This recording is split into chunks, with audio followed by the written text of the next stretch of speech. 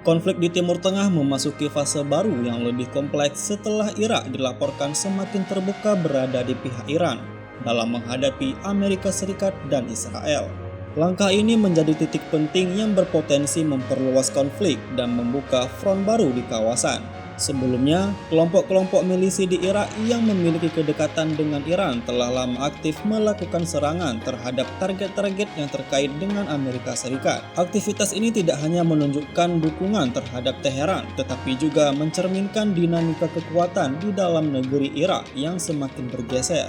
Perkembangan ini tak bisa dipisahkan dari sejarah panjang hubungan Irak dan Amerika Serikat sejak invasi Irak 2003. Invasi tersebut membuka jalan bagi kuatnya pengaruh Amerika Serikat dalam sistem politik, keamanan, dan sektor energi Irak, khususnya dalam pengelolaan sumber daya minyak. Sejak saat itu, sejumlah perusahaan energi global yang terkait dengan kepentingan Barat masuk ke Irak untuk mengelola ladang-ladang minyak strategis. Irak yang memiliki salah satu cadangan minyak terbesar di dunia menjadi titik penting dalam peta energi global dan menarik perhatian kuat dari Amerika Serikat.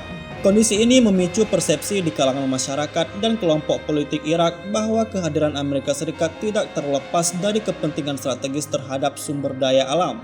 Hal ini turut memperkuat sentimen penolakan terhadap keberadaan pasukan Amerika Serikat di Irak. Namun, dalam beberapa tahun terakhir, muncul tekanan kuat dari dalam negeri Irak untuk mengurangi kehadiran militer Amerika Serikat. Parlemen Irak bahkan pernah mendorong penarikan pasukan Amerika Serikat sebagai bagian dari upaya menegakkan kedaulatan nasional dan mengurangi intervensi asing.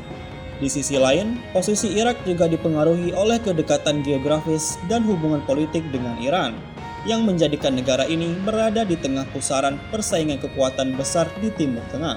Dengan kondisi tersebut, bergabungnya Irak dalam poros Iran dinilai sebagai langkah strategis sekaligus berisiko tinggi karena dapat memperluas medan konflik dan menarik lebih banyak pihak ke dalam perang. Perkembangan terbaru menunjukkan tekanan terhadap pasukan Amerika Serikat di Irak semakin meningkat.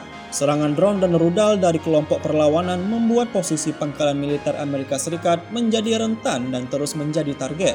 Pada akhirnya, Amerika Serikat bersama negara-negara NATO dilaporkan mulai menarik pasukan mereka dari sejumlah pangkalan di Irak. Langkah ini disebut sebagai upaya menghindari kerugian lebih besar sekaligus menandai melemahnya posisi mereka di kawasan. Situasi ini juga berpotensi memberikan dampak besar terhadap pasar energi global, mengingat Irak merupakan salah satu produsen minyak terbesar di dunia. Gangguan terhadap stabilitas negara ini dapat mempengaruhi pasokan dan harga energi internasional.